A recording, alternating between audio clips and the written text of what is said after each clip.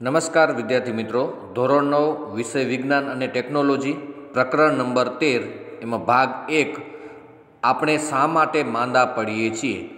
તો મિત્રો, પ્રકરણ નંબર 13 આપણે શા માટે માંદા પડીએ છીએ એમાં ભાગ નંબર 1માં આપ સર્વેનો હાર્દિક સ્વાગત છે. મિત્રો, આપણે માંદા શા માટે પડીએ છીએ એ સંદર્ભે આ ચેપ્ટરની અંદર આપણે ઘણું બધું શીખવાનું છે.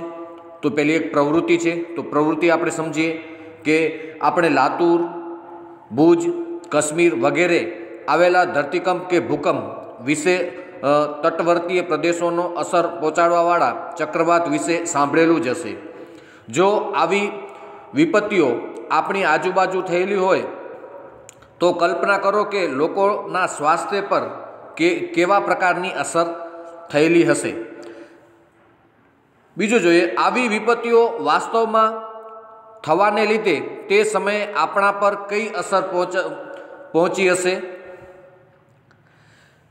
વિપત્તિ આવ્યા પછી કેટલા સમય સુધી વિભિન્ન પ્રકારની સ્વાસ્થ્ય સંબંધી સમસ્યાઓ ઉત્પન્ન થતી રહેશે. પહેલી પરિસ્થિતિમાં સ્વાસ્થ્ય પર શું અસર પડે છે અને બીજી પરિસ્થિતિમાં સ્વાસ્થ્ય સંબંધી કઈ સમસ્યાઓ ઉત્પન્ન થશે. તો મિત્રો, આપણે સ્વાસ્થ્ય સંબંધી સમસ્યાઓનું આપણે વાત કરીએ તો આપણું જીવન છે એ પર્યાવરણને અનુકૂલિત થઈને રહે છે. પરિસ્થિતિ જેમ ચેન્જ થાય એવી રીતે આપણા શરીરને પણ અલગ અલગ બીમારીઓનું સંક્રમણ થતું હોય છે અને આપણે પણ એ બીમારીઓ સામે આપણી રોગપ્રતિકારક ક્ષમતા છે એ લડે છે અને આપણે સાજા થઈ જઈએ છીએ. પરંતુ જો બીમારીનું સંક્રમણ વધી જાય તો આપણે ગંભીર બીમારી લાંબો સમય સુધી આપણા શરીરની અંદર રહે છે અને આપણા શરીરમાં એનું સંક્રમણ ઓછું થઈ જાય તો એવી બીમારી છે આપણા શરીરમાં ઓછા સમય સુધી રહે છે. હવે આપણે આ બધી તકલીફો, આ બધી બીમારીઓ, આ બધી આપણા શરીર પર થતી વિપરીત અસરો એના વિશે આપણે થોડોક અભ્યાસ કરીએ. તો આ પ્રવૃત્તિ દરમિયાન આપણને જે અનુભવ થાય છે કે માનવ સમુદાયમાં સ્વાસ્થ્ય તેમજ રોગ એક જટિલ સમસ્યા છે, જેના માટે એકબીજાને સંબંધિત અનેક કારકો જવાબદાર છે. આપણે એ પણ અનુભવીએ છીએ કે સ્વાસ્થ્ય અને રોગનો અર્થ એ સ્વયં જ ખૂબ જટિલ છે. જ્યારે આપણે પૂછીએ છીએ કે માંદા પડવાનું કારણ શું છે અને તેને કેવી રીતે રોકી શકાય તો આપણે તેઓની પૂર્વધારણાઓનો અર્થ સમજવો પડે. મિત્રો, આ બીમારીને સંલગ્ન આ ચેપ્ટર છે, એટલા માટે આપણે બીમાર પડીએ છીએ, આપણું સ્વાસ્થ્ય જોખમાય છે તો આપણે સૌપ્રથમ આપણો સારા સ્વાસ્થ્ય માટે આપણે તમામ પગલાઓ લેતા હોઈએ છીએ. આપણે કોઈને પૂછતા હોઈએ છીએ, ફોનમાં વાત થતી હોય તો આપણે સૌપ્રથમ પૂછીએ છીએ કે તમે કેમ છો, મજામાં છો ને, તમારી તબિયત તો પાણી સારા છે ને. તો એનો મતલબ કે સ્વાસ્થ્ય આપણા માટે અગત્યનું છે. એટલા માટે સારી તંદુરસ્તી એક આપણું ઉત્તમ ધન પણ કહી શકાય. તો આપણે જાણીએ છીએ કે કોષ અને સજીવોનો પાયાનો એકમ છે. કોષ વિભાજન પ્રકારના રાસાયણિક પદાર્થો જેવા કે પ્રોટીન, કાર્બોદિત, ચરબી કે લિપિડ વગેરેથી બને છે. કોષ એક ક્રિયાશીલ સ્થાન છે, તેમાં કોઈને કોઈ ક્રિયાઓ હંમેશા થતી રહે છે. કોષમાં જટિલ પ્રક્રિયાઓ અને સમારકામ થતું રહે છે. નવા કોષોના નિર્માણ પામતા રહે છે. આપણા અંગો અથવા પેશીઓમાં ઘણી બધી વિશિષ્ટ ક્રિયાઓ ચાલતી હોય છે, જેવી કે હૃદયનું ધબકવું, ફેફસા શ્વાસ લે છે, મૂત્રપિંડમાં ગાળણ દ્વારા મૂત્રનું નિર્માણ થાય છે, તો મગજ વિચારે છે. આ બધી જ પ્રવૃત્તિઓ કે ક્રિયાઓ પરસ્પર સંબંધિત છે. ઉદાહરણ તરીકે મૂત્રપિંડમાં ગાળણ ન થાય તો ઝેરી પદાર્થો આપણા શરીરમાં એકઠા થઈ જાય છે અને આવી પરિસ્થિતિમાં મગજ દ્વારા યોગ્ય રીતે વિચારી શકતું નથી અને આવી પારસ્પરિક ક્રિયાઓ કરવા ઉર્જા અને કાચા પદાર્થોની જરૂરિયાત હોય છે. તો આવા કાચા પદાર્થો આપણા શરીરને બહારથી પ્રાપ્ત થાય છે. બીજા શબ્દોમાં, કોષો અને પેશીઓને કાર્ય કરવા માટે ખોરાકની જરૂરિયાત હોય છે. તેવા કોઈ ઘટકો કે કારકો કે જે કોષો તેમજ પેશીઓના યોગ્ય પ્રકારના કાર્યોને રોકે છે, તેનાથી શરીરની સામાન્ય ક્રિયાઓ ખોરવાય છે. ઉપરોક્ત બધા જ તથ્યો ધ્યાનમાં રાખીને આપણે સ્વાસ્થ્ય તથા રોગોની પૂર્વધારણાઓ કે વ્યાખ્યાઓ સમજીશું. મિત્રો, આપણા શરીરની અંદર નકામો જે કચરો ઉત્પન્ન થાય છે જે કિડની દ્વારા ફિલ્ટર થાય છે, જો એ ફિલ્ટર ન થાય અથવા નકામા પદાર્થને દૂર કરવામાં ન આવે તો આપણું સ્વાસ્થ્ય જોખમાં છે, અને આપણા સ્વાસ્થ્ય ઉપર એની વિપરીત અસર પડશે. તો હવે એના પછીનો આપણે અગત્યનો મુદ્દો લેવાનો છે કે સ્વાસ્થ્ય અને તેનું કથળવું, એટલે કે સ્વાસ્થ્યનું મહત્વ. તો આપણે બધાને સ્વાસ્થ્ય શબ્દ સાંભળેલો છે અને તેનો વારંવાર ઉપયોગ પણ આપણે કરીએ છીએ. જેમ કે આપણે કહીએ છીએ કે મારા દાદીનું સ્વાસ્થ્ય સારું નથી. આપણા શિક્ષકો પણ આ શબ્દનો ઉપયોગ કરે છે અને કહે છે કે આ એક સ્વાસ્થ્યપ્રદ વલણ નથી. તો આ સ્વાસ્થ્ય શબ્દનો અર્થ શું થાય એના વિશે સમજીએ. તો જો આપણે આ વિષય પર વિચાર કરીએ તો આપણને જ્ઞાત થશે કે તેનો અર્થ સાજા થવા કે સાજા રહેવાથી છે. આપણે સારાપણાનો અર્થ અસરકારક શારીરિક ક્રિયા એવું વિચારી શકીએ છીએ. અમારા દાદીને માટે બજાર જવું અથવા આડોશ પાડોશમાં જવા યોગ્ય થવું તે સારા સ્વાસ્થ્યનું પ્રતીક છે. જો તેઓ આ કાર્ય કરવા યોગ્ય નથી તો આપણે કહી શકીએ છીએ કે તેઓનું સ્વાસ્થ્ય સારું નથી. જો તમારી ઈચ્છા વર્ગમાં ભણવાની છે તો આપણે કહીએ છીએ કે તમારી તબિયત સારી છે, અને જો ભણવાની ઈચ્છા ન હોય તો કહીએ છીએ કે તમારી તબિયત સારી નથી. આથી સ્વાસ્થ્ય એ અવસ્થા છે જે અંતર્ગત શારીરિક, માનસિક તથા સામાજિક કાર્ય કરવાની ક્ષમતા દ્વારા યોગ્ય પ્રકારે થાય છે. તો મિત્રો એક શબ્દ ટૂંકમાં આપણે સમજી લઈએ કે આપણે કોઈ પણ કાર્ય કરવા માટે સક્ષમ છીએ અને એ કાર્ય આપણે સારી રીતે કરી શકીએ છીએ તો આપણું સ્વાસ્થ્ય સારું છે. પરંતુ જો આપણે એ ક્રિયા કરવા માટે આપણે સમર્થ નથી અથવા આપણું શરીર આપણને સહયોગ નથી કરતું અથવા આપણા શરીરમાં કોઈ પણ બીમારીને કારણે આપણે એ કાર્ય પ્રત્યે રુચિ નથી જાગતી તો આપણે સમજવાનું કે આપણું સ્વાસ્થ્ય સારું નથી. એટલે કે કોઈ પણ વ્યક્તિ ભલે મોટી ઉંમરની વ્યક્તિ હોય પણ જો એ તે સારી રીતે હલનચલન કરી શકે છે, ખાઈ પી શકે છે અને પોતે જીવનમાં આનંદિત રહી શકે છે તો તેનું સ્વાસ્થ્ય સારું છે તેમ કહી શકાય. એના પછીનો બીજો મુદ્દો લેશું કે યોગ્ય વ્યક્તિગત તેમજ સામૂહિક સમસ્યાઓ બંનેની સ્વાસ્થ્ય પર અસર. તો જો સ્વાસ્થ્ય કોઈ એક વ્યક્તિની શારીરિક, માનસિક તથા સામાજિક જીવનની ક્ષમતાને પૂર્ણ રૂપે સમન્વય સ્થિતિ દર્શાવે છે તો કોઈ પણ વ્યક્તિ તેને સ્વયંપૂર્ણ સ્વરૂપે પ્રાપ્ત કરી શકતો નથી. બધા જ સજીવોનું સ્વાસ્થ્ય તેમજ આજુબાજુ અથવા તેમની આસપાસનું પર્યાવરણ પર આધારિત હોય છે. એટલે મિત્રો ટૂંકમાં કહીએ તો આપણે પર્યાવરણને અનુકૂલિત થઈને રહીએ છીએ એટલા માટે આપણે પર્યાવરણમાં થતા ફેરફારોનો પણ આપણે સામનો કરીએ છીએ. તો પર્યાવરણમાં ભૌતિક કારકો કે ઘટકો આવે છે. પર્યાવરણમાં પાયાનું પરિબળ કે કારક કે ઘટકો આવે છે. ઉદાહરણ તરીકે ચક્રવાત આપણા સ્વાસ્થ્યને અનેક રીતે નુકસાન પહોંચાડે છે તો માનવ સમાજમાં રહે છે.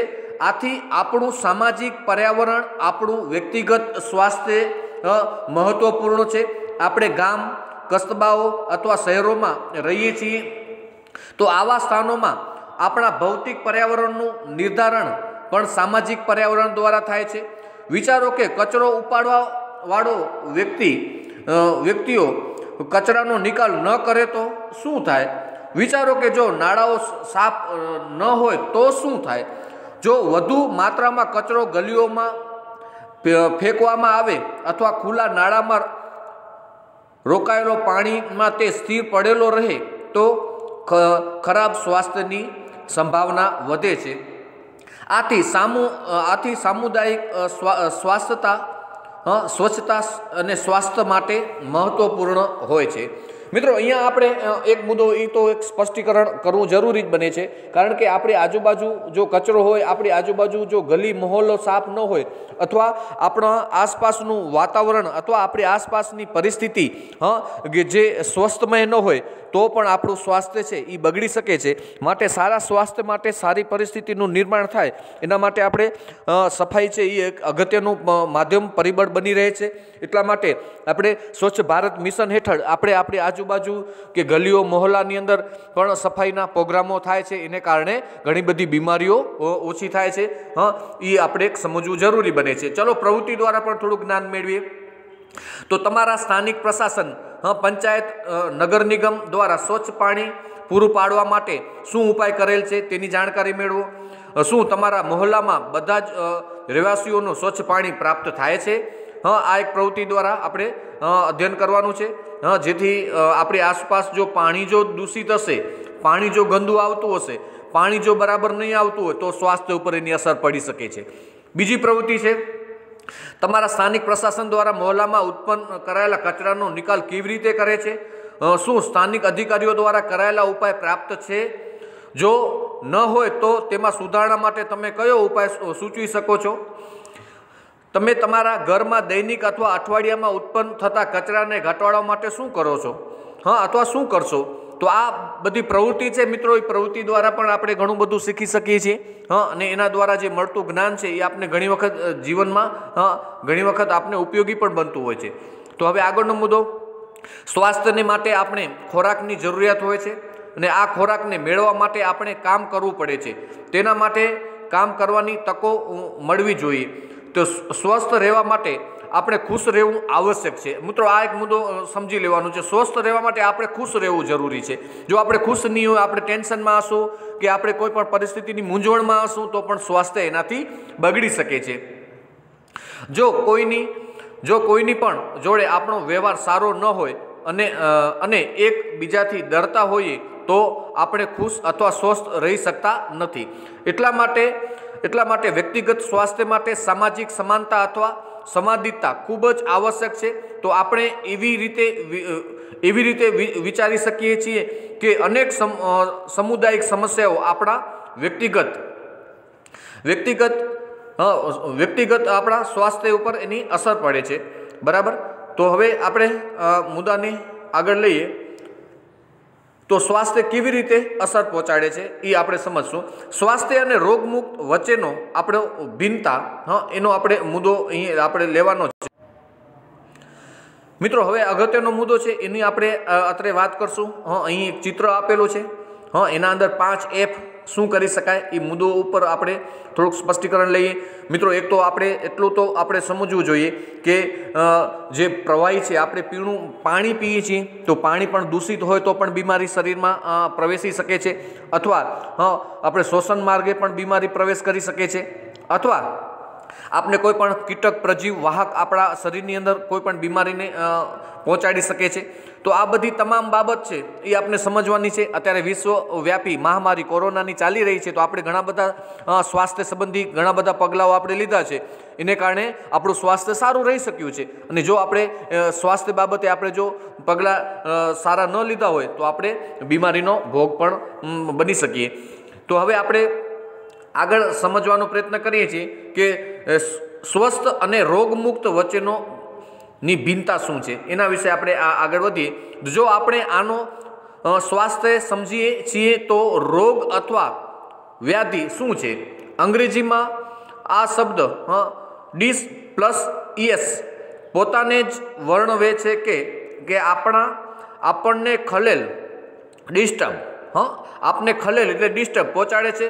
પછી એટલે કે સુવિધા સ્વરૂપમાં વિચારીએ તો રોગનો બીજો અર્થ એ છે કે અસુવિધા. જો કે આ શબ્દનો ઉપયોગ ખૂબ જ સીમિત છે. આપણે રોગ વિષયમાં ત્યારે જ વાત કરીશું જ્યારે આપણે અસુવિધામાં વિશિષ્ટ કારણની ખબર હોય. આનો અર્થ એવો બિલકુલ નથી કે આપણે તેનો સાચો અથવા અંતિમ ઉત્તર જાણીએ છીએ. આપણે કહી શકીએ કે કોઈ વ્યક્તિ ઝાડાથી પીડાતી હોય તો તેનું ચોક્કસ કારણ શું હોઈ શકે. તો આપણે એ પણ જાણીએ છીએ કે કોઈ પણ કારણ વગર વિશિષ્ટ રોગની અસ્વાસ્થ્યતા કે નાદુરસ્તી થઈ શકે છે. માત્ર કોઈ પણ રોગ ન થવાનો અર્થ એ નથી કે તમે સ્વસ્થ છો. મિત્રો, એ કહેવા માંગે છે કે આપણે સ્વસ્થ છીએ તો એના માટે સ્વસ્થ હોવા માટેના કારણો શું? કારણ કે આપણે સ્વસ્થ છીએ એનો મતલબ કે આપણે તંદુરસ્ત છીએ, તો એનો મતલબ કે આપણે ખુશ છીએ. ખુશ રહેવું, તંદુરસ્ત રહેવું, તો એક આપણે સ્વાસ્થ્યની નિશાની ગણી શકાય છે. પરંતુ એક મુદ્દો અહીંયા એક સમજવાનો જરૂરી છે કે નૃત્યાંગના એટલે કે નૃત્ય કરે છે તેના માટે સ્વસ્થતાનો અર્થ એ છે કે તે શિષ્ટતાપૂર્વક પોતાના શરીરને વિષમ પરિસ્થિતિમાં પણ મુદ્રાઓથી અભિવ્યક્ત કરી શકે છે। સંગીતકાર માટેનો અર્થ એ થાય છે કે તે લાંબા શ્વાસ લઈ શકે, જેનાથી તે પોતાની વાંસળીના સૂર છે એ નિયંત્રિત કરી શકે છે અને આપણને આપણી વિશિષ્ટ ક્ષમતાને ઓળખવાનો અવસર કે તક મળે તે પણ એક સ્વાસ્થ્ય માટે આવશ્યક છે। તો આપણા માટે કોઈ પણ રોગના લક્ષણો કે ચિહ્નોનો ફેલાવો થયા વગર પણ અસ્વસ્થ બની શકીએ છીએ। તો આ જ કારણ છે કે જ્યારે આપણે સ્વસ્થ માટે વિચારીએ છીએ ત્યારે આપણે સમાજ અથવા સમુદાય માટે વિચારીએ છીએ। બીજી તરફ જ્યારે આપણે રોગ વિશે વિચારીએ છીએ ત્યારે આપણે વ્યક્તિગત પીડા માટે પણ વિચારીએ છીએ। ત્યાર પછી આપણે જે રોગો થાય છે તે એના કારણો, રોગ અને તેના કારણો એ પણ એક સમજવા જરૂરી બને છે। તો એનો પણ આપણે અભ્યાસ કરીએ, રોગ અને તેના કારણો અથવા રોગોને કેવી રીતે ઓળખી શકાય છે। તો ચાલો આપણે રોગના વિષયમાં હજુ વધારે વિચારીએ। પહેલું એ છે કે આપણે જે કોઈ રોગ થયેલો છે તે કેવી રીતે ખબર પડે છે અથવા કેવી રીતે ખબર પડે છે કે શરીરમાં કંઈક ખોટું થઈ રહ્યું છે।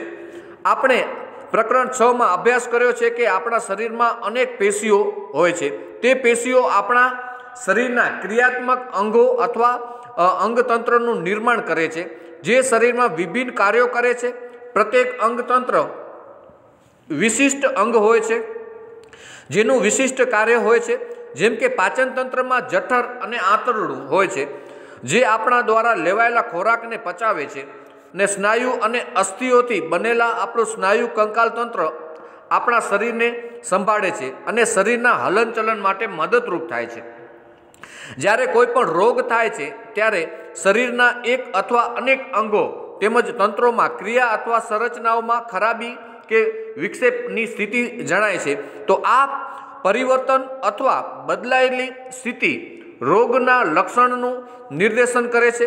રોગના લક્ષણ ખરાબ કે અસામાન્ય પરિસ્થિતિનો સંકેત આપે છે। તો આ રીતે માથાનો દુખાવો, ઉધરસ, ઝાડા થઈ જવા કે કોઈ ગામાંથી પરવું બહાર આવવું, આ બધા લક્ષણો છે। આ લક્ષણો કોઈને કોઈ રોગનું નિદાન થાય છે, પરંતુ એનાથી એ ખબર પડતી નથી કે કયો રોગ થયો છે। ઉદાહરણ તરીકે માથાના દુખાવાનું કારણ પરીક્ષાનો ભય અથવા મગજનો તણાવ આવવા અથવા અનેક બીમારીઓમાંથી કોઈ પણ એક હોઈ શકે છે। રોગના ચિહ્ન એ છે કે જેનું ચિકિત્સક લક્ષણો અથવા ચિહ્નોને આધારે રોગનું નિદાન કરે છે। લક્ષણ અથવા ચિહ્ન કોઈ વિશિષ્ટ રોગના અનુસંધાને સુનિશ્ચિત સંકેત આપે છે। ચિકિત્સક રોગના સાચા કારણ માટે જાણવા માટે લેબોરેટરી કેટલાક પરીક્ષણ પણ કરાવે છે। મિત્રો, આ મુદ્દો આપણે સ્પષ્ટ થોડો કરી લઈએ કે જેથી આપને ખ્યાલ આવે કે આપણે બીમાર પડીએ છીએ તો બીમાર પડવા માટેનું કારણ શું? માથું દુખે છે તો માથું કઈ રીતે દુખે છે? આપણે પરીક્ષાનો તણાવ છે, અથવા આપણે કોઈથી આપણે ડરી ગયેલા છીએ, આપણે ભય છે, અથવા આપણું કોઈ પણ કાર્ય પૂર્ણ ન થયું હોય સમયસર અને આપને ચિંતા સતાવતી હોય, અથવા આપણા પરિવારની આપને ચિંતા સતાવતી હોય, એના કારણે પણ માથું દુખી શકે છે। તો ડૉક્ટર શું કરે છે? એની લેબોરેટરી કરાવે છે અને રોગો જે થયા છે એનું નિદાન કરે છે અને પછી એનો ઉપચાર કરે છે અને પછી આપણે ઔષધિ આપી અને આપણે એને ઔષધિનો ઉપયોગ કરીએ છીએ, એને કારણે આપણું સ્વાસ્થ્ય છે એ સુધરે છે। ત્યાર પછી હવે સ્વાસ્થ્ય સંબંધી બાબતોમાં એક તીવ્ર અને હઠીલા રોગોની આપણે વાત કરીએ। તીવ્ર એટલે કે આપણે ટૂંકા સમય માટે થાય અને પછી આપણે દવા અથવા આપણે થોડી કાળજી રાખીએ તો પાછા આપણે પુનઃ સ્વસ્થ થઈ શકીએ છીએ। પરંતુ હઠીલા રોગો છે એવા છે લાંબા સમય સુધી આપણા શરીરની અંદર રહે અને આપણું સ્વાસ્થ્યને જોખમ ઊભો કરે। તો એવા રોગો છે એના વિશે પણ આજે આપણે થોડુંક સમજી લઈએ।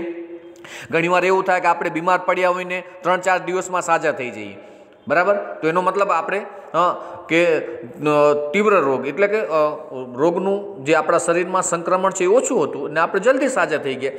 જો રોગનું સંક્રમણ વધારે હોય તો આપણે લાંબો સમય સુધી બેડ રેસ્ટ કરવો પડતો હોય છે। તો આપણે એવા રોગો વિશે પણ થોડુંક અધ્યયન કરી લઈએ। રોગોની અભિવ્યક્તિ વિભિન્ન હોઈ શકે છે। અને સંખ્યાબંધ કે ઘણા કારકો પર નિર્ભર પણ હોય છે। કેટલાક રોગોના સમયગાળો ટૂંકો હોય છે, તેને આપણે તીવ્ર કે હઠીલા રોગો કહે છે। આપણે બધાએ અનુભવ્યું હશે કે શરદી ઉધરસ ખૂબ જ ઓછા સમયગાળા સુધી રહે છે, તો અન્ય રોગો એવા છે કે જે લાંબા સમયગાળા સુધી અથવા જીવન પર્યાપ્ત પણ રહે છે, એવા રોગોને આપણે હઠીલા રોગો કહેશું। જેનું ઉત્તમ ઉદાહરણ આપણે આપીએ તો અહીંયા આપણે આપેલું છે બુકની અંદર, એ આપણે ઉદાહરણ લેશું કે ઉદાહરણ તરીકે એલિફન્ટાઇટિસ અથવા હાથી પગાનો રોગ। આ રોગ ભારતમાં કેટલાક પ્રદેશોમાં ખૂબ જ સામાન્ય છે કે જેના કારણે કોઈ પણ બીમારી થઈ હોય જે જીવંત પર્યાપ્ત રહે, આપણે જ્યાં સુધી જીવીએ ત્યાં સુધી, તો એને આપણે હઠીલા રોગો કહેશું। અને બીમારી થોડાક દિવસો અથવા થોડાક અઠવાડિયા સુધી આપણા શરીરમાં રહે, તો આપણે એ બીમારી જે છે આપણા શરીરની અંદર જે અસર ઉપજાવી છે, તો એને કારણે આપણું શરીર થોડાક દિવસો માટે આરામ આપણે રાખીએ છીએ તો સાજા થઈ જઈએ છીએ, તો એને તીવ્ર રોગો કહેશું। ટૂંકા ગાળા માટે થતી બીમારી, લાંબા ગાળા માટે જે રોગો થાય છે અથવા જીવન પર્યાપ્ત રોગો રહે છે શરીરમાં, તો એને આપણે હઠીલા રોગો કહીશું। થોડીક પ્રવૃત્તિ દ્વારા સમજણ લઈ લઈએ। નીચેની પ્રવૃત્તિઓ ચકાસવા માટે તમારી આસપાસના પર્યાવરણનું અવલોકન કરો। છેલ્લા 3 મહિનામાં કેટલાક લોકો તીવ્ર રોગોથી પીડાય છે, છેલ્લા 3 મહિનામાં કેટલા લોકો હઠીલા રોગોથી પીડાય છે, તમારા પાડોશના કુલ કેટલા લોકો હઠીલા રોગોથી પીડાય છે। તો આ બધાય પ્રવૃત્તિ દ્વારા આપણે જો સર્વે કરીએ તો આપને એનો આંકડો પણ સાચો મળી શકે છે। અને સરકાર પણ બીમારી કોઈ પણ ફેલાતી હોય તો એના આંકડા પણ પોતાના રેકર્ડમાં રાખતા હોય, તો એને ખ્યાલ આવે કે આ શહેરમાં આ બીમારીને કારણે આટલા જે લોકો છે એ સંક્રમિત થયા છે। તો હવે તેના પછીનો આપણો આગળનો મુદ્દો છે હઠીલા રોગો અને નબળું સ્વાસ્થ્ય। હઠીલા રોગો એટલે કે એ આપણા શરીરને વારંવાર નબળું પાડે અને એને કારણે આપણું સ્વાસ્થ્ય જોખમાતું હોય છે। અને હઠીલા રોગો છે એ લાંબા ગાળા માટે આપણા શરીરને આપણું સ્વાસ્થ્યને વિપરીત અસર ઉપજાવે છે। એના વિશે થોડુંક સમજી લઈએ। તીવ્ર તથા હઠીલા રોગોની આસપાસ સ્વાસ્થ્ય પર ભિન્ન ભિન્ન અસર થાય છે। કોઈ પણ રોગો જો આપણા શરીરના કોઈ પણ ભાગના કાર્યને અસર પહોંચાડી શકે છે, તો તે આપણા સામાન્ય સ્વાસ્થ્યને પણ અસર પહોંચાડે છે, કારણ કે સામાન્ય સ્વાસ્થ્ય માટે શરીરના બધા જ અંગોને સામુદાયિક કાર્ય કરવું તે એક આવશ્યક હોય છે। પણ તીવ્ર રોગ જે ખૂબ જ ઓછા સમય સુધી રહે છે, તો તેઓ સામાન્ય સ્વાસ્થ્યની અસર પહોંચાડવા માટે સમય મળતો નથી, પરંતુ હઠીલા રોગો આપણા સ્વાસ્થ્યને અસર પહોંચાડી શકે છે। ઉદાહરણ તરીકે શરદી ઉધરસ વિશે વિચારીએ તો આપણને બધાને સમયાંતરે થતા જ હોય છે, અને આપણામાં અડધા કરતાં પણ વધારે લોકો લગભગ 1 અઠવાડિયામાં સાજા થઈ જાય છે। તો આપણે શરદી ઉધરસની મિત્રો વાત જોઈ કે એના વાયરસો છે એ આપણા શરીરની અંદર વધીને 1 અઠવાડિયા સુધી રહે છે અને આપણે સાજા થઈ જઈએ છીએ અને સામાન્ય સ્વાસ્થ્ય પર કોઈ પણ ખરાબ અસર થતી નથી। પણ જો આપણે હઠીલા રોગો જેવા કે ફેફસાના ક્ષયના રોગોથી સંક્રમિત થઈએ તો કેટલાક વર્ષો સુધી બીમાર હોવાને કારણે વજન ઓછું થઈ જાય છે અને પ્રત્યેક સમયે થાકનો અનુભવ થાય છે। જો તમે તીવ્ર રોગથી પીડિત હો તો તમે કેટલાક દિવસો માટે શાળાએ જઈ શકતા નથી, પણ જો તમે હઠીલા રોગથી પીડાતા હો તો તમે શાળામાં જઈને અભ્યાસને સમજવામાં મુશ્કેલી પડે છે અને આપણી શીખવાની ક્ષમતા પણ ઘટી જાય છે, અથવા આપણે ઘણા લાંબા સમય સુધી અસ્વસ્થ રહીએ છીએ। એટલા માટે હઠીલા રોગો તીવ્ર રોગની સાપેક્ષમાં લોકોના સ્વાસ્થ્ય પર લાંબા સમયગાળા સુધી વિપરીત અસર ઉત્પન્ન કરે છે। એટલે આપણે તીવ્ર રોગ અને હઠીલા રોગ વિશે સમજ્યા, કારણ કે તીવ્ર રોગ છે ટૂંકા ગાળાનો છે, હઠીલા રોગ છે એ લાંબા ગાળા માટેનો છે। પરંતુ તીવ્ર રોગ છે આપણા સ્વાસ્થ્ય ઉપર બહુ મોટી અસર નથી ઉપજાવતો, પરંતુ હઠીલા રોગ છે આપણું સ્વાસ્થ્ય ઉપર મોટી અસર ઉપજાવે છે, જેના કારણે આપણા શરીરમાં કમજોરી આવી, આપણા શરીરનું વજન ઘટવું, આપણે અશક્તિ જણાવી, તો આ બધા હઠીલા રોગના લક્ષણો છે। તો રોગોના કારણો મિત્રો જાણી લઈએ કે રોગ કેવી રીતે થાય છે। રોગ થાય છે તો એનું કારણ શું છે?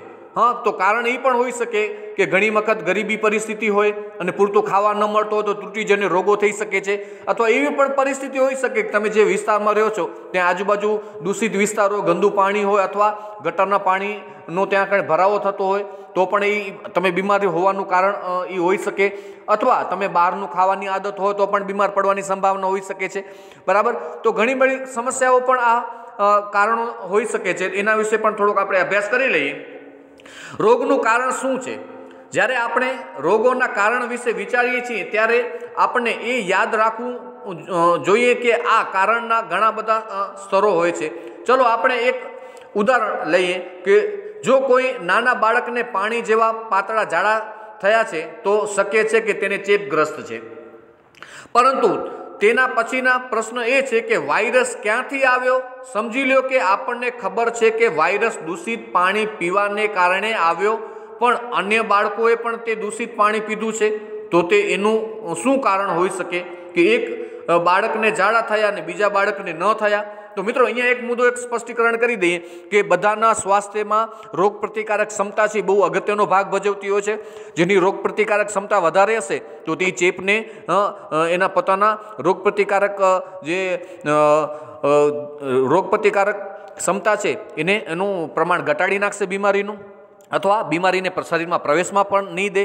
પરંતુ જેની રોગ પ્રતિકારક ક્ષમતા ઓછી હશે તો એના અંદર આવા જે બીમારીના જે વાયરસો છે એનું સંક્રમણ શરીરને લાગી શકે છે.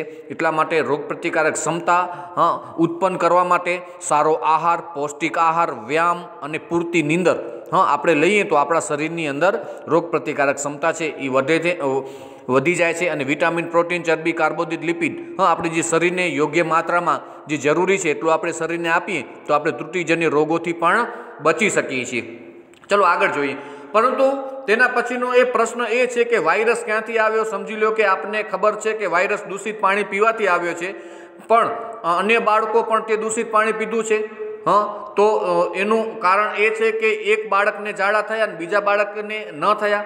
તો આનું એક કારણ એ છે હોઈ શકે કે બાળકની તંદુરસ્ત ન હોય, જેને પરિણામે એવી બાબત થવાની શક્યતા છે કે જ્યારે આ બાળક વાયરસના સંપર્કમાં આવે છે તો તે બીમાર થઈ જાય છે, જ્યારે અન્ય બાળક બીમાર પડતા નથી. હવે પ્રશ્ન એ થાય છે કે બાળક સ્વસ્થ કેમ નથી? એવું બની શકે કે બાળકને સારું પોષણ ન મળતું હોય, તે પર્યાપ્ત માત્રામાં ખોરાક ન લેતો હોય. આમ પર્યાપ્ત માત્રામાં પોષણ ન લેવું એ પણ એક રોગનું બીજું કારણ. અને બાળક પર્યાપ્ત માત્રામાં પોષણ કેમ નથી મેળવી શક્યું? તો બની શકે છે કે તેના માતા પિતા ગરીબ હોય. એ પણ સંભવ છે કે બાળકને આનુવંશિક ખામી હોય, જેથી બાળક રોગકારકના સંપર્કમાં આવવાથી પાતળા ઝાડાની અસર દર્શાવે છે. માત્ર આનુવંશિક ખામી કે ઓછા પોષણથી પાતળા ઝાડા થઈ શકતા નથી, પણ તે રોગના કારકમાં પણ સહભાગી હોય છે. બાળક માટે સ્વાસ્થ્યમાં પાણી ઉપલબ્ધ કેમ ન હતું? સંભવ એ છે કે બાળકનો પરિવાર નિવાસ કરતો હોય ત્યાં સુવિધાઓ નિર્બળ હોવાને કારણે સ્વચ્છ પાણી ઉપલબ્ધ ન પણ હોય. પણ એ રીતે ગરીબ લોકોને સુવિધાઓનો અભાવ બાળકની બીમારીનું ત્રીજું કારણ હોઈ શકે છે. આ પ્રકારે હવે એ પણ સ્પષ્ટ થઈ ગયું કે રોગો પ્રાથમિક કારણ અથવા સહાયક કારણને લીધે થાય છે. તેથી તેની સાથે વિભિન્ન પ્રકારના રોગો થવાનું એક નહીં પરંતુ ઘણા બધા કારણો હોઈ શકે છે. મિત્રો, સ્વચ્છ પાણી જે મહોલ્લામાં અથવા સોસાયટીમાં અથવા ઘરોમાં ન મળતું હોય તો પણ બીમારીનું કારણ બની શકતું હોય છે. અથવા ગરીબી પરિસ્થિતિ હોવાને કારણે ઘણા ઝૂંપડપટ્ટીમાં અથવા કોઈ પણ ખુલ્લાની અંદર પાણીની કોઈ વ્યવસ્થા નથી હોતી, જે તળાવોમાંથી અથવા કોઈ પણ ડેમોમાંથી પાણીનો પોતે ઉપયોગ કરતા હોય અને પાણી એ પણ ગંદુ હોય તો પાણીની અંદર પણ વાયરસ, બેક્ટેરિયા હોય તો પણ બીમારીનું સંક્રમણ થઈ શકે છે. એટલે કે પરિસ્થિતિને આધીન પણ બીમારી થઈ શકતી હોય છે. બરાબર, એનો પણ આપણે અહીંયા થોડોક સમજ લીધી. ત્યાર પછી સંસર્ગજન્ય અને બિન સંસર્ગજન્ય રોગો. સંસર્ગજન્ય રોગો એટલે કે સંપર્કમાં આવવાથી થતા ચેપી રોગો, અને બિન સંસર્ગજન્ય એટલે કે બિન ચેપી રોગો. એના વિશે આપણે થોડોક અભ્યાસ કરીએ કે આપણે જોયું કે જ્યારે કોઈ પણ રોગ માટે કારણ વિશે વિચારીએ છીએ ત્યારે આપણે વ્યક્તિગત સ્વાસ્થ્ય અને સામુદાયિક સ્વાસ્થ્ય સંબંધિત કારણો ધ્યાનમાં રાખવા જરૂરી બને છે. આપણે આ વિષય પર હજુ વધારે ચર્ચા કરીએ તો રોગોના પ્રાથમિક કારણના વિષયમાં વિચારવું યોગ્ય છે. રોગોના કારણે એક વર્ગ છે કે જે સંસર્ગકારકો મોટા ભાગના સૂક્ષ્મ જીવો હોય છે, અને જે રોગોના પ્રાથમિક કારક સૂક્ષ્મ જીવો હોય છે તેઓને સંસર્ગ રોગો કહે છે. તેનું કારણ એ છે કે સૂક્ષ્મ જીવો સમુદાયમાં ફેલાઈ શકે છે અને તેના કારણે થનારા રોગો પણ તેઓની સાથે ફેલાય છે. એનો મતલબ મિત્રો એ થઈ ગયો કે ચેપી રોગો જે સંસર્ગજન્ય રોગો સંપર્કમાં આવવાથી થતા હોય, એક વ્યક્તિને કોઈ પણ રોગ થયો હોય પરંતુ એના જે સંપર્કમાં આવેલા હોય એને પણ એ રોગ થઈ શકે. અત્યારે મિત્રો વિશ્વવ્યાપી મહામારીમાં કોરોના પણ એક એવી જ બીમારી છે કે જે સમુદાય અથવા ભીડ અથવા તમે કોઈ પણ જગ્યાએ કાર્ય કરતા હો તો એ કાર્યક્ષેત્રની અંદર તમે જેના સંપર્કમાં આવો છો, જો એ વ્યક્તિ જો કોઈ પણ પરિસ્થિતિ અથવા કોઈ પણ બીમારીથી બીમારીગ્રસ્ત હોય તો એની અસર બીજાને પણ થઈ શકે છે. ચલો, બીજી તરફ કેટલાક રોગો એવા પણ હોય છે કે જે સંસર્ગજન્ય કારકો દ્વારા થતા નથી, તેમના કારણે વિભિન્ન હોય છે, પરંતુ તે બહારના કારકો જેવા કે સૂક્ષ્મજીવો નથી હોતા કે જેઓ સમુદાયમાં ફેલાઈ શકે છે. જો કે તેઓ મોટા ભાગે આંતરિક તેમજ અસંસર્ગજન્ય હોય છે. ઉદાહરણ તરીકે કેટલાક પ્રકારના કેન્સરો જે જનીનિક અનિયમિતતાને કારણે થાય છે, ઊંચું રુધિરનું દબાણનું કારણ વધારે વજન હોવું અને કસરત ન કરવાનું છે, તેમજ એવા અન્ય રોગોના વિષયમાં પણ વિચારી શકો છો કે જે સંસર્ગજન્ય હોતા નથી. તો મિત્રો આપણે સંસર્ગજન્ય રોગોનું આપણે અભ્યાસ કરીએ છીએ તો એના વિશે પણ થોડુંક માહિતી લઈએ કે ઘણી વખત આપણે કોઈ પણના સંપર્કમાં આપણે આવીને પણ બીમારી ફેલાતી હોય, પણ અમુક વ્યક્તિ બીમાર હોય પણ છતાં એના સંપર્કમાં આવીને આપણે બીમાર પડતા નથી, તો આપણે સમજી લેવાનું કે એ રોગ છે એ બિનસંસર્ગજન્ય રોગો છે, બરાબર, જેને કારણે આપણે તેનું સંક્રમણ લાગતું નથી. ઉદાહરણ આપીએ તો કોઈને કેન્સર થયું હોય અને આપણે એના સંપર્કમાં હોઈએ તો આપણને કેન્સર થતું નથી, કારણ કે એ બિનસંસર્ગજન્ય રોગો છે. તો રોગોના ફેલાવાની રીતો અને તેના ઉપચારની રીતો તેમજ સામુદાયિક સ્તર પર તેઓના નિવારણની રીતો વિભિન્ન રોગો માટે ભિન્ન હોય છે. તેઓના પ્રાથમિક કારકો સંસર્ગજન્ય અથવા અસંસર્ગજન્ય છે તેના પર તેનો આધાર રહે છે. બીમારી કેવા પ્રકારની છે? ઘણી વખત સંપર્કમાં રહેતા હોય તો અથવા એના કપડાઓ પણ એ જે વ્યક્તિ પહેરેલા હોય બીજો વ્યક્તિ એનો કપડાં પહેરે, હોસ્ટેલમાં કે રહેતા હોય તો આવી બધી પ્રવૃત્તિઓને કારણે પણ એકબીજાની બીમારી છે એ કપડાં દ્વારા વહન થઈ શકતી હોય, અથવા આપણે કોઈની સાથે એક સાથે બેસીને જમતા હોઈએ અથવા હાથ મિલાવતા હોઈએ, અથવા આપણે એક વ્યક્તિનો રૂમાલ બીજો વ્યક્તિ ઉપયોગ કરતો હોય તો સંસર્ગજન્ય રોગો ફેલાવાનો ભય રહેતો હોય છે, અથવા એનું હેઠું ખાવાથી પણ આ બીમારી થઈ શકે છે. ચલો, હવે સંસર્ગજન્ય રોગો, ચેપી રોગો વિશે આપણે થોડીક વાત કરી લઈએ. ચેપી રોગો કેવી રીતે ફેલાય છે? તો સંસર્ગજન્ય કારકો, જેને ચેપી કારકો કહેવાય, જે આ રોગોને ફેલાવે છે. તો આપણે જોયું કે જીવસૃષ્ટિની સંપૂર્ણ વિવિધતાને કેટલાક જૂથોમાં વિભાજન કરવામાં આવી છે. તો વિભિન્ન સજીવોનું વર્ગીકરણ કેટલાક સામાન્ય લક્ષણોને આધારે કરી શકીએ છીએ. ચેપી રોગ ઉત્પન્ન કરવાવાળા સજીવોના આમાંથી અનેક જૂથો સમાવેશ થાય છે. આમાં કેટલાક વાયરસ, કેટલાક બેક્ટેરિયા, કેટલાક એકકોષી સજીવો, કેટલીક ફૂગ અથવા પ્રજીવો છે, અને કેટલાક રોગો બહુકોષીય સજીવો જેવા કે અન્ય પ્રકારના કૃમિ પણ છે. મિત્રો, અહીં આપણે જે જીવસૃષ્ટિમાં જે સંસર્ગજન્ય કારકો છે, ચેપી કારકો છે, એની આપણે વાત કરશું. તો આપણે કોઈ પણ બીમારી મિત્રો થાય છે તો આપણે લેબોરેટરી કરાવીએ છીએ. તો લેબોરેટરીમાં જે કારક છે જે બીમારી ફેલાવે છે તો એનો ઓળખ થઈ જતી હોય છે. તો એ કેવા હોય છે એની માત્ર જાણકારી માટે ચોપડીની અંદર આકૃતિ આપેલી છે, એનો આપણે અભ્યાસ કરીએ કે એની સંરચના કેવી હોય છે. અહીં મિત્રો આપણે જોવામાં આવે છે કે વાયરસની આકૃતિમાં તીર અથવા અંકિત કરેલ છે. તમે જોઈ શકો છો મિત્રો આ આકૃતિ. તો આવી આકૃતિ દેખાતી હોય તો સંક્રમણ ચેપગ્રસ્ત કોષોની બહાર નીકળતા SARS વાયરસની આકૃતિમાં તીર અથવા અંકન કરેલ છે. એની મદદથી આપણને ખ્યાલ આવી જતો હોય છે, બરાબર. ત્યાર પછી આપણે અહીં જોવામાં આવે છે કે લેશમાનિયા, તો જેની લેબોરેટરી દરમિયાન આવી સંરચના એમાં આપણે જોવા મળતી હોય તો આપણે આ બીમારીથી આપણે પીડાઈએ છીએ એ પણ કહી શકાય. અહીંયા બધા અલગ અલગ પ્રકારના જે વાયરસો, બેક્ટેરિયા, પ્રજીવ છે, એ બધાની સંરચના આપેલી છે, અને એની મદદથી આપણે કયો બીમારી અથવા કયો બીમારી ફેલાવવા માટે કારક છે એની આપણે ખ્યાલ આવી જતો હોય છે. તો આકૃતિ માત્ર જાણકારી માટે છે. ત્યાર પછી મિત્રો હવે આગળ જોઈએ, સમજ મેળવતા આપણે આગળ પહોંચ્યા છીએ. તો સામાન્ય શરદી, ઇન્ફ્લુએન્ઝા, ડેન્ગ્યુ તાવ, એડ્સ જેવા સામાન્ય રોગો વાયરસ દ્વારા થાય છે. કેટલાક રોગો જેવા કે ટાઇફોઇડ, તાવ, કોલેરા, ક્ષય, એન્થ્રેક્સ બેક્ટેરિયા દ્વારા થાય છે. ઘણા બધા સામાન્ય ચામડીના રોગો વિભિન્ન પ્રકારની ફૂગ દ્વારા થાય છે. પ્રજીવથી મેલેરિયા, પછી કાલા અજાર નામનો રોગ થાય છે। આપણા આંતરડામાં કૃમિના સંક્રમણથી પણ પરિચિત છીએ। એવી જ રીતે હાથી પગારના રોગ પણ વિવિધ પ્રકારના કૃમિની જાતિઓથી થાય છે। ચેપી કારકો વિશે વિચારવું શા માટે જરૂરી છે, કેવી રીતે સારવાર આપવી તે પણ જાણવા, રોગકારક સજીવોના પ્રકાર વિશે સમજવું જરૂરી બને છે।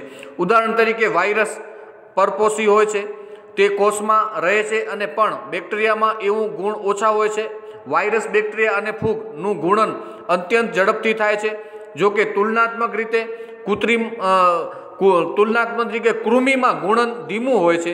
વર્ગીકરણ અનુસાર બધા જ બેક્ટેરિયા એકબીજા સાથે વાયરસ કરતાં પણ વધારે નજીક હોય છે, એવું વાયરસમાં પણ હોય છે। એનો અર્થ એ થાય છે કે અનેક જૈવિક પ્રક્રિયાઓ બધા જ બેક્ટેરિયાઓમાં સામાન્ય હોય છે, પરંતુ વાયરસ વર્ગથી ભિન્ન હોય છે। તેના પરિણામ રૂપે ઔષધિ એટલે કે દવાને આપણે ઔષધિ કહેશું। ઔષધિ જે કોઈ વર્ગમાં કોઈ એક જૈવિક પ્રક્રિયાને રોકે છે, તે આ વર્ગના અન્ય સભ્યો પર પણ આ પ્રકારે અસર પહોંચાડે છે, પરંતુ એવી જ ઔષધિ અન્ય વર્ગથી સંબંધિત કારકો છે પર અસર પહોંચાડી શકતી નથી। તો મિત્રો અહીંયા આપણે એક સમજવું એ પણ રહ્યું કે આપણે ઔષધિ છે, કોઈ પણ બીમારી ફેલાય છે તો એને ઔષધિ એટલે કે દવા આપવાથી એનું સંક્રમણ ઓછું થઈ જાય છે, જેથી બીમારીની અવસ્થા છે અથવા બીમાર પડવાનું જે પરિસ્થિતિ છે એમાં પણ થોડોક સુધારો જોવા મળે છે। એટલે આપણે બીમાર પડ્યા પછી ડૉક્ટર નિદાન કરી અને ઔષધિ આપે છે, એટલે કે દવા આપે છે। દવાના સેવનથી આપણે ધીમે ધીમે સાજા થઈ જઈએ છીએ। અથવા એને એન્ટીબાયોટિક પણ આપવામાં આવે છે, જેના કારણે વાયરલ ઇન્ફેક્શન થયું હોય તો એના કારણે એન્ટીબાયોટિક દવા પણ ઘણી વખત રોગ જે ફેલાણો છે તો એના કારકોનું પ્રમાણ ઘટાડી દે છે। તો આપણે એન્ટીબાયોટિકનું પણ ઉદાહરણ લઈએ છીએ। તેઓ સામાન્ય બેક્ટેરિયાનો મહત્વપૂર્ણ જૈવ રાસાયણિક માર્ગ બંધ કરી દે છે। ઉદાહરણ તરીકે મોટા ભાગના બેક્ટેરિયા તેના રક્ષણ માટે કોષ દિવાલ બનાવી લે છે, પણ પેનિસિલિન એન્ટીબાયોટિક બેક્ટેરિયાની કોષ દિવાલ બનવાની પ્રક્રિયાને અવરોધી દે છે।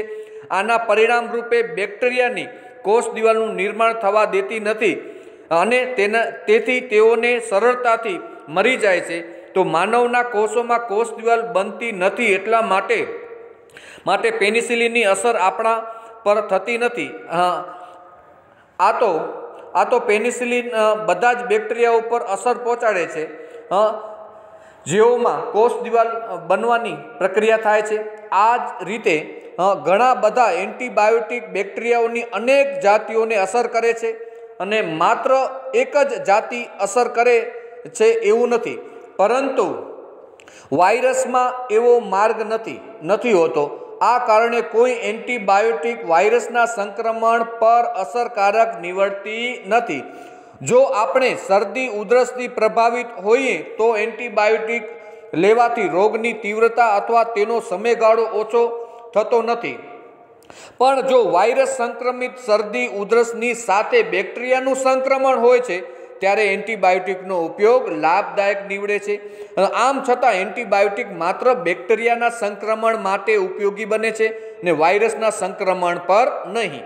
તો મિત્રો અહીંયા આપણે જે એન્ટીબાયોટિકની આપણે વાત કરી તો એન્ટીબાયોટિક આપણે શું કરે છે કે એનું સંક્રમણ છે એના ઉપર એની અસર બતાવે છે અને એને કારણે આપણે જે બીમાર છીએ તો એ બીમારગ્રસ્ત માંથી આપણે સાજા થઈ જઈએ છીએ। તો આપણે આજે જે તમામ બાબતોની સ્પષ્ટીકરણ લીધું મિત્રો, તો અહીંયા હવે આપણે આપણો ભાગ 1નો વિડીયો પૂર્ણ કરીએ છીએ। રોગોનો ફેલાવો છે ભાગ 2ની અંદર આપણે મિત્રો લઈ લેશું। તો અહીંયા મિત્રો આપણે આ વિડીયો પૂરો કરીએ છીએ।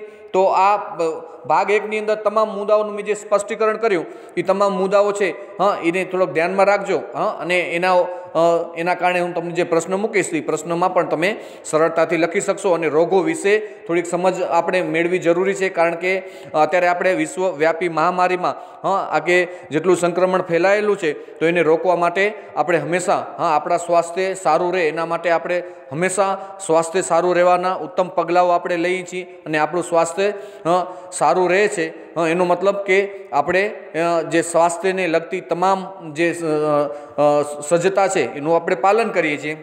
એના કારણે આપણે તંદુરસ્ત રહી શકીએ છીએ, ખુશ રહી શકીએ છીએ। તો મિત્રો બસ હવે ભાગ 1ની અંદર આટલું જ। બીજા ભાગની અંદર આપણે પછી રોગોનો ફેલાવો જોઈશું। તો અહીં આ જે વિડીયો તમે સરસ રીતે સમજી લેજો એવી આશા સાથે વિડીયો પૂરો કરું છું। તમામ મિત્રોનો આભાર, ધન્યવાદ, થેન્ક યુ।